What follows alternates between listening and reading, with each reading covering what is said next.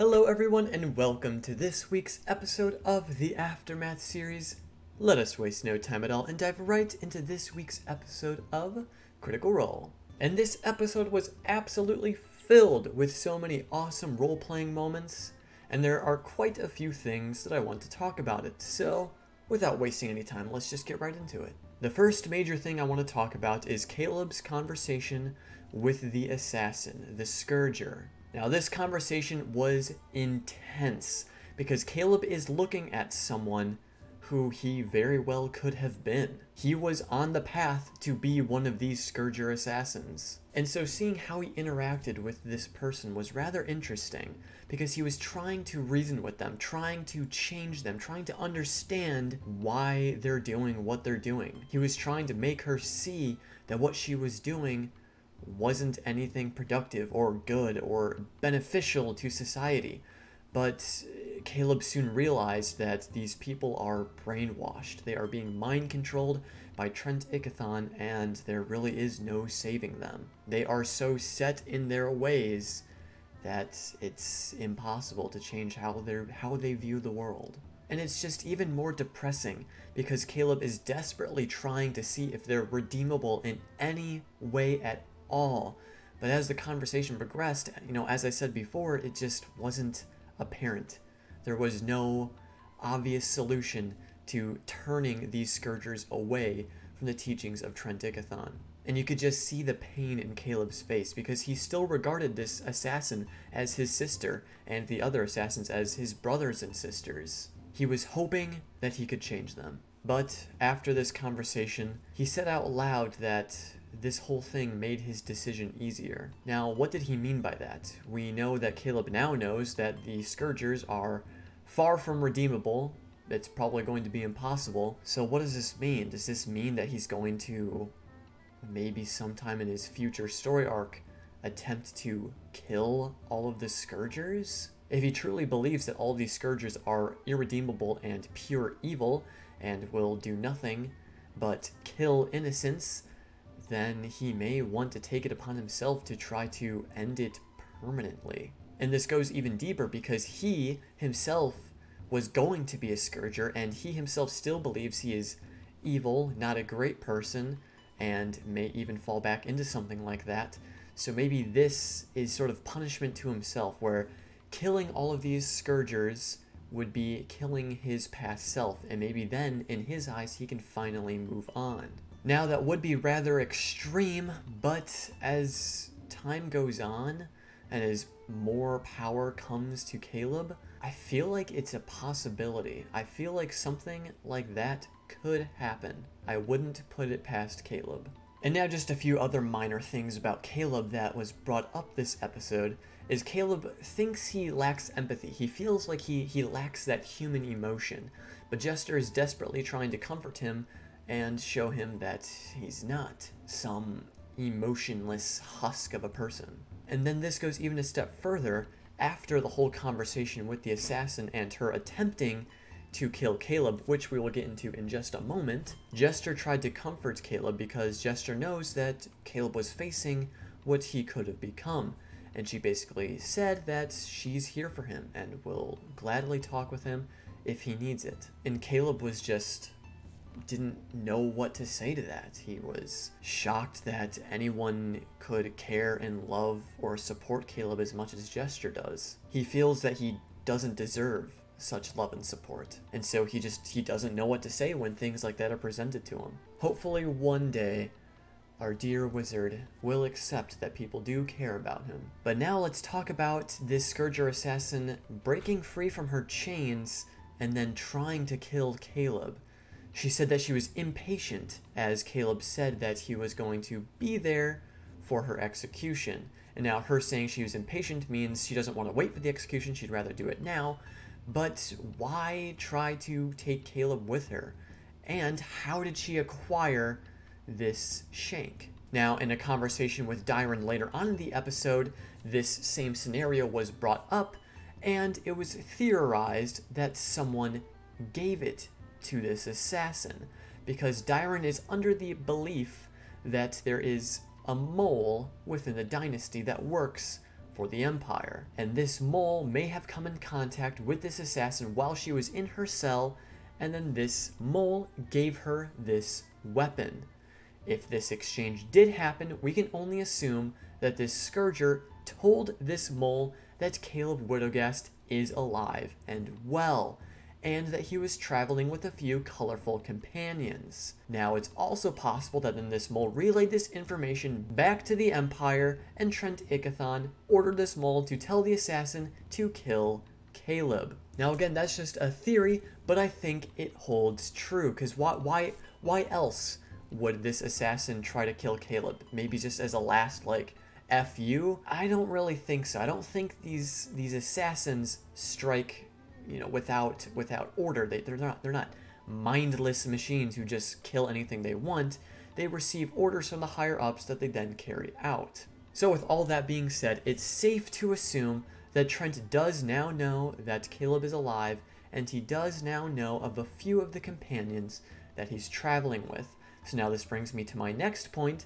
As the party is trying to figure out what steps to take next, they have decided to go to Nicodranus and then travel up back into the Empire under the orders of Essek, as he tasks them to try to find the last beacon that the Cerberus Assembly has stolen from the Dynasty. And while it will be cool to see some of the old school places from back in the earlier episodes of the campaign and reconnecting with the gentleman, it's going to be very, very dangerous. We can only assume that Trent may think that Caleb is dead. Trent may think that the Scourger assassin successfully killed Caleb. However, if the mole is still within the Dynasty, the mole can easily just relay the information that Caleb is still alive. So, we can then only assume that Trent will be on high alert and be warning maybe various spies of the Cerberus Assembly within the Empire to keep a lookout for Caleb if he ever makes his return. And while the gentleman could be a potential lead for this lost beacon, the party should tread lightly. The gentleman is a criminal after all, and he probably has many, many life sentences and hangings waiting for him if he were ever caught. Now, maybe if the party returned, Trent Ickathon, if he is aware of the gentleman, may make a deal with him.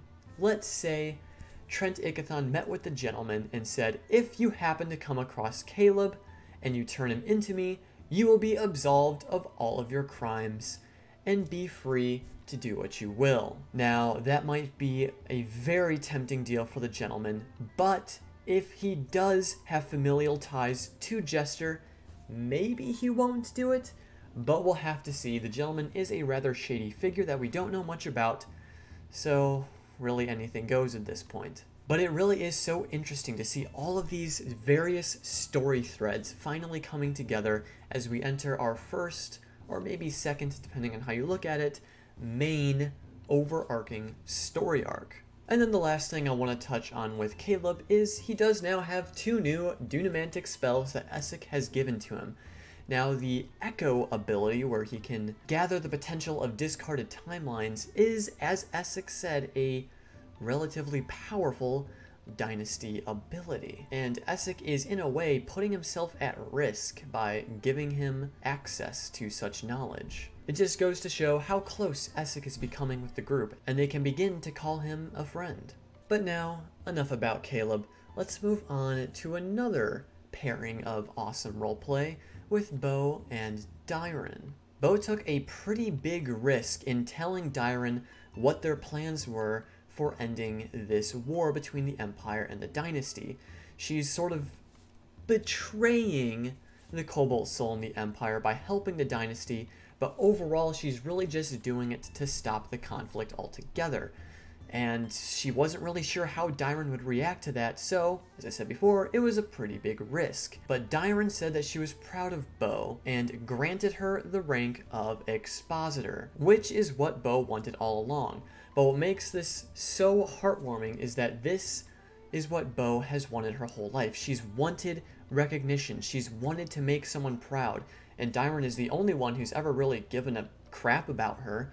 And so Dyron validating everything Beau has done and saying that she's proud of her is exactly what Beau needed to hear. However, Dyron has now put a lot of pressure on Beau, because Dyron is putting her faith in Beau's hands and hoping that she's right about this course of action. So while Beau will be happy that she's gotten the recognition she so desperately wants, she now has this heavy weight on her shoulders of making sure she's right. But there's one very big thing that worries me about all of these conversations that Jester and Dyron have been having. While the party was away, Dyron expressed that she had a few close calls while she was trying to gather information about trying to find the different corruption threads that she's been searching for. She also keeps ending every conversation with Beau by saying, "Don't die." And now we have this symbolic passing of the torch of the title of expositor to Beau. So what I'm getting at is I have a very bad feeling Dyron is going to die soon. Just between the close calls, Dyron telling Beau not to die, and Dyron promoting Beau to expositor, it just feels like Dyron is going to be making an exit from the story very soon. If that does happen, we'll have to see how it impacts Beau. She may end up just completely exiling herself from the Cobalt Soul and setting off on her own path, or she may take up the responsibility of expositor more seriously and try to fill Dyron's shoes. And now lastly, the other character I want to talk about this episode is Jester. Now TravelerCon is coming up in about 6 or 7 weeks, and so talks about how this is going to come to fruition are being discussed. And I know I say it a lot, but I just have this creeping suspicion that the Traveler is planning something malicious. I really hope it's not true, but there's just that little voice in the back of my head that just feels like there's something off about all of this.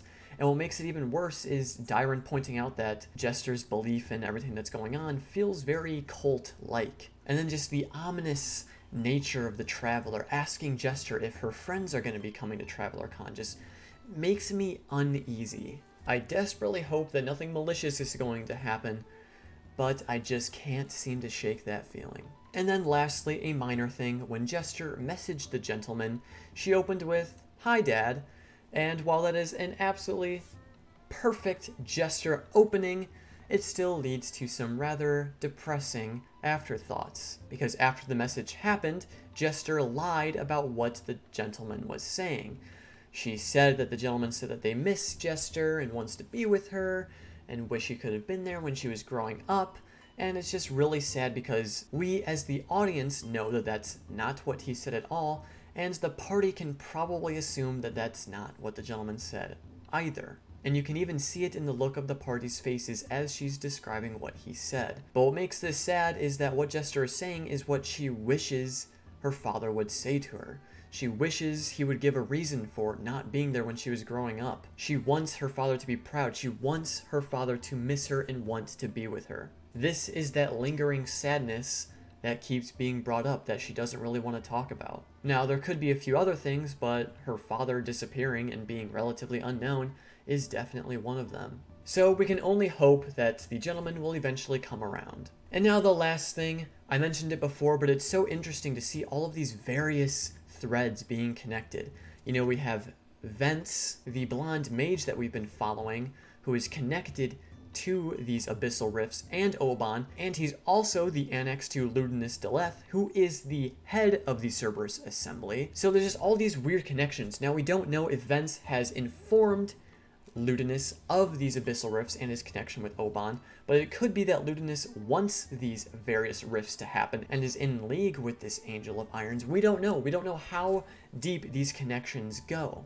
But it's clear that the party will hopefully find answers in Zadash, as Jester did scry on Yasha, and it looks as though that Yasha and Oban and the Laughing Hand are in Zadash currently and have assaulted the halls of erudition within the city, searching for answers to other champions of the Angel of Irons. And then we just have a heartbreaking moment of Yasha cutting down all of these different monks and scholars as tears stream down her face, as this isn't Yasha, this is something else, and she's merely a spectator in what's happening. And on that happy note, we are going to wrap up. Let me know all of your thoughts, feelings, and emotions during this episode. There was a lot of great stuff that happened, and I'm sure there's stuff that I missed. So please let me know all of your thoughts down in the comments section below. Sadly, there is going to be another break next week, so as always, I hope you all have an absolutely wonderful rest of your weekend, and I will see you all in 2 weeks.